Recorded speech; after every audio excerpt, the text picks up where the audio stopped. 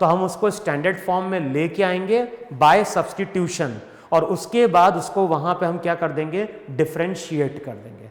Clear? अब मैं कुछ एग्जांपल ले रहा हूं जहां पे हमें चेन रूल को क्या करना है, अप्लाई करना है।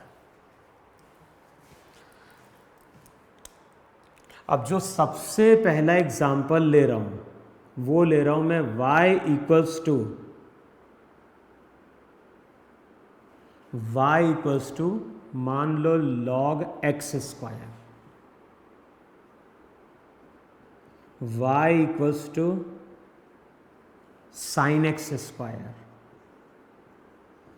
y equals to sine square x, y equals to log, कुछ नहीं बोलता तो हम नेचुरल लॉग लेके चलते हैं जिसका बेस क्या है, e। तो नेक्स्ट मैंने लिखा y equals to log sine x, फिर मैं बोल रहा हूं y equals to x square plus 3x plus 4 की power 4, y equals to under root of 1 plus x. देखो है कि नहीं वहां पे? तो अब मैंने यहां पे कुछ इस तरह से फंक्शन लिखे हैं, और इन सभी केस में हमें फाइंड आउट क्या करने के लिए बोल रहा है, इन सभी केस में हमें फाइंड आउट करना है dy बाय dx। क्लियर? तो ये जितने भी केसेस हैं इन सभी केस में हमें फाइंड आउट क्या करना है, dy बाय dx। अब देख के बताओ तो मुझे कि कोई भी जो फंक्शन मैंने लिखा है वो स्टैंडर्ड फॉर्म से रिजेंबल कर रहा है क्या?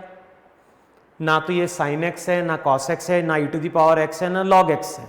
तो ये जो फंक्शन है ये फंक्शन स्टैंडर्ड फॉर्म में नहीं है। अब मुझे इसको डिफरेंशिएट करना है तो पहले मैं इसको क्या करूंगा, स्टैंडर्ड फॉर्म में लेके आऊंगा। अब मैथ्स में अगर हम डिफरेंशिएट करने जाते हैं तो हम कैसे लिखते हैं? पहला एग्जांपल ले रहा हूं y equals to log x square. अब बताओ मुझे किसको हम t माने, और ध्यान रखना कोई जरूरी नहीं कि t वेरिएबल पकड़े, हम कोई वेरिएबल मान सकते हैं, u v w z कुछ भी। अब बताओ अगर मैं यहां पे x स्क्वायर को t मान लूं तो इक्वेशन क्या बन जाएगी, y equals to log t। देखो है कि नहीं है? अगर मैं x स्क्वायर को यहां पे t मान लूं तो y equals to log t। अब हमें मालूम है कि log t का क्या होता है, log t का होता है 1 बाय t। जैसे log x का 1 बाय x था, log x का डिफरेंशिएशन था वहां पे 1 बाय x, तो log t का वहां पे क्या होता है, 1 बाय t होता है। तो अब तुम क्या बोलोगे, अब तुम बोलोगे y की वैल्यू t पर डिपेंड कर गई और t की वैल्यू x पर डिपेंड कर गई। हमें कैलकुलेट करना है dy बाय dx। तो पहले y t के साथ डिफरेंशिएट होगा, फिर t किसके साथ डिफरेंशिएट होगा, x के साथ। अब मैं लिख रहा हूं log t का हो गया 1 बाय t, और t अगर x स्क्वायर है तो बताओ यहां पे t को अगर x के साथ डिफरेंशिएट करोगे तो x स्क्वायर का क्या बन जाएगा, 2x। तो रिजल्ट वहां पे बन गया 2x अपॉन t। तो रिजल्ट यहां पे आ गया 2 upon x।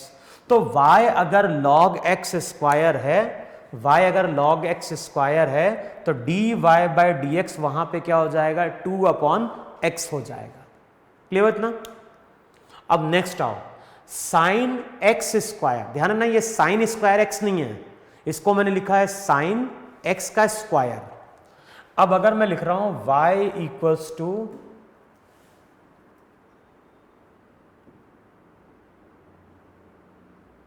Sign x square. अब बताओ किसको हम t मान लें? अगर x स्क्वायर को फिर से हम t मानेंगे तो जो y रहेगा y की वैल्यू क्या हो जाएगी, साइन t हो जाएगी। देखो चेक करो है कि नहीं? तो x स्क्वायर को t पकड़ लो तो y बन गया साइन t। अब y t पे डिपेंड कर रहा है, t x पे डिपेंड कर रहा है, तो फॉर्मूला तो यही है। अब dy बाय dt का बताओ क्या होगा, y साइन t है, यहां पे अगर y को t के साथ डिफरेंशिएट करोगे तो साइन t का cos t हो जाएगा। टी एक्स पे डिपेंडेंट है, यहां पे अगर टी को एक्स के साथ डिफरेंशिएट करोगे तो एक्स स्क्वायर का वहां पे क्या बन जाएगा, 2x बन जाएगा।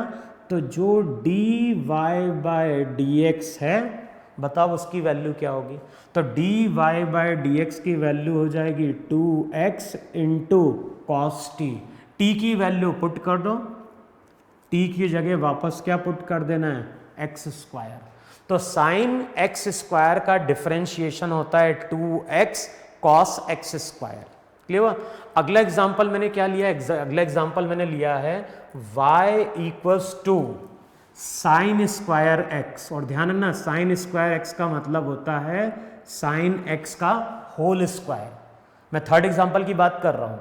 अब बताओ साइन एक्स का होल स्क्वायर है, इसको हमें डिफरेंशिएट करना है, तो अब मैं किसको t मान लूं। तो अब क्या करो, साइन एक्स को t मान लो, तो इक्वेशन हो जाएगी y equals to t square. देखो है कि नहीं है। अगर मैंने साइन एक्स को t मान लिया तो y की वैल्यू क्या हो गई, टी स्क्वायर हो गई। अब y t पे डिपेंड कर रहा है, t x पे डिपेंड कर रहा है, तो अब डिफरेंशिएट तो ऐसे ही करना है। पहले y t के साथ डिफरेंशिएट होगा। बताओ y अगर टी स्क्वायर है तो d y by d t क्या देगा, टी स्क्वायर का 2t देगा। देखो ऐसा होगा कि नहीं होगा। y को t के साथ डिफरेंशिएट करना है तो टी स्क्वायर का फॉर्मूला 2t। अच्छा t साइन x पर डिपेंड कर रहा है, तो जब मैं t को x के साथ डिफरेंशिएट करूंगा तो साइन x का क्या बन जाएगा, cos x बन जाएगा। तो रिजल्ट यहां पे क्या बन गया, रिजल्ट बन गया 2, t की जगह पुट कर दो sine x into cos x, और हमने पढ़ा है 2 sine x into cos x क्या बनता है, ये देता है साइन 2x। तो साइन x के होल स्क्वायर को या साइन स्क्वायर x का डिफरेंशिएशन क्या होता है, साइन 2x होता है। फिर नेक्स्ट आओ, नेक्स्ट वहां पे क्या है, y इक्वल्स टू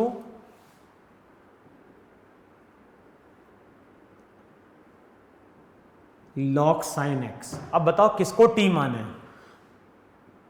अगर हम साइन x को t मान लेंगे तो y की वैल्यू हो जाएगी log t। देखो है कि नहीं है, बेस e है, तो साइन x को मैंने t मान लिया तो y की वैल्यू log t। फिर से अब डिफरेंशिएट करो, अब क्या चीज डिफरेंशिएट होगी, y t पे डिपेंड कर रहा है तो dy बाई dt क्या देगा, 1/t। फिर t किस पे डिपेंड कर रहा है, x पे, तो साइन x का डिफरेंशिएशन कितना हो गया, cos x हो गया। अगले स्टेप में वैल्यू पुट करोगे तो रिजल्ट हो जाएगा cos x upon t। t की वैल्यू और cos x by sine x, ये वैल्यू मेरी क्या हो गई, cot x हो गई।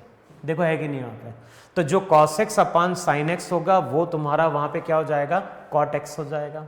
फिर नेक्स्ट आओ वहां पे, नेक्स्ट जो रिजल्ट है वो है हमारा y equals to x square plus 3x plus 4 to the power 4। अब बताओ ये फंक्शन कोई स्टैंडर्ड फॉर्म में है क्या, नहीं। तो हम किसको t माने, तो x square plus 3x plus 4, इसको अब तुम t मान लो। अब अंदर वाली टर्म को अगर तुमने t मान लिया तो y हो गया t to the power 4, y depend कर गया t पे, t डिपेंड कर गया x पे, dy बाई डी एक्स का फॉर्मूला तो यही है। अब डिफरेंशिएट करने जाओ, पहले क्या होगा, y t के साथ डिफरेंशिएट होगा, तो y अगर t टू दी पावर 4 है तो dy बाई डी टी क्या देगा, 4t क्यूब देगा। देखो है कि नहीं होगा। अब अगले स्टेप में क्या करना है, t ये x पे डिपेंड कर रहा है, तो जब t को x के साथ डिफरेंशिएट करोगे तो कैसे करोगे, ये नंबर ऑफ फंक्शन का सम है तो सबको इंडिविजुअली डिफरेंशिएट करो। एक्स स्क्वायर का 2x, 3x का 3, 4 कांस्टेंट है उसका वहां पे क्या हो गया 0, तो रिजल्ट हो जाएगा 4 2x प्लस 3 इंटू टी की वैल्यू वापस पुट कर दो तो x square plus 3x plus 4 की पावर क्या हो गया क्यूब। देखो ये कि नहीं वहां पर आ रही नहीं समझ में। अब इस पे आओ, y equals to √1 plus x पे,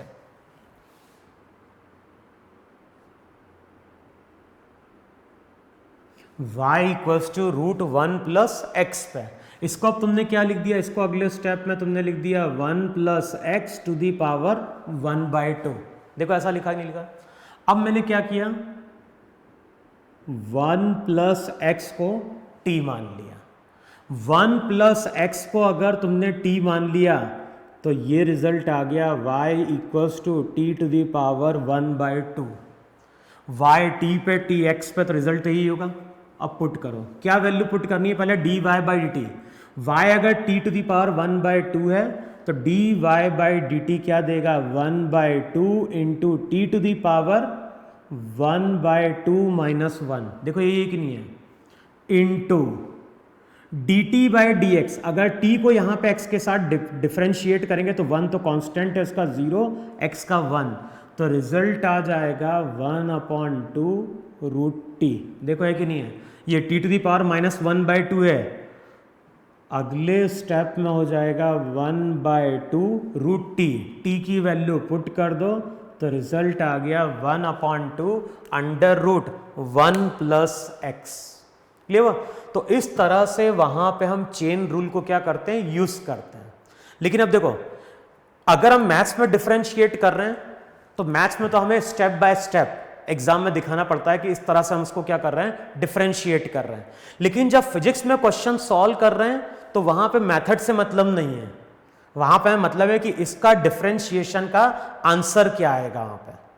तो जब हम फिजिक्स में क्वेश्चन सॉल्व करते हैं तो हम प्रोसेस नहीं शो करते हैं, हम उसको डायरेक्ट डिफरेंशिएट करने की कोशिश करते हैं। अब कैसे हम